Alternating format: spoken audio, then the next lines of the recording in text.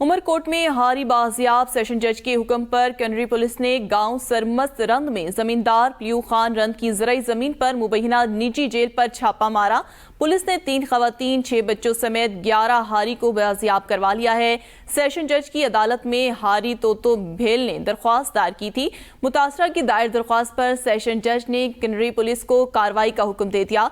दरख्वास्त में मौक़िफ़ इख्तियार किया गया कि जमींदार हमारी मेहनत का मुआवजा नहीं देता है।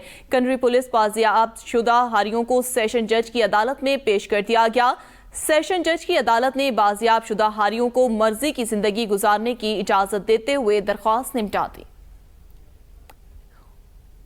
उमरकोट से आपको आगाह करें, जहां पर 11 हारियों को बाजियाब करवा दिया है। पुलिस ने 3 खवातीन और 6 बच्चों समेत 11 हारियों को बाजियाब करवाया है। बात करते हैं हमारे नुमाइंदे इस सवाल से बात करते हैं वली खान से। जी वली खान, आगाह कीजिएगा। जी बिल्कुल, तो 20 की दरख्वास्त पर सेशन जज ने कुंडली पुलिस को कार्रवाई का हुक्म देते हुए सेशन जज कुंडली पुलिस ने गांव सरमद रिंग में जमींदार प्लियू खान की ज़राई जमीन पर निजी जेल पर छापा मारा। पुलिस ने 3 खवातीन 6 बच्चों समेत 11 हारी बाजियाब कर ली है।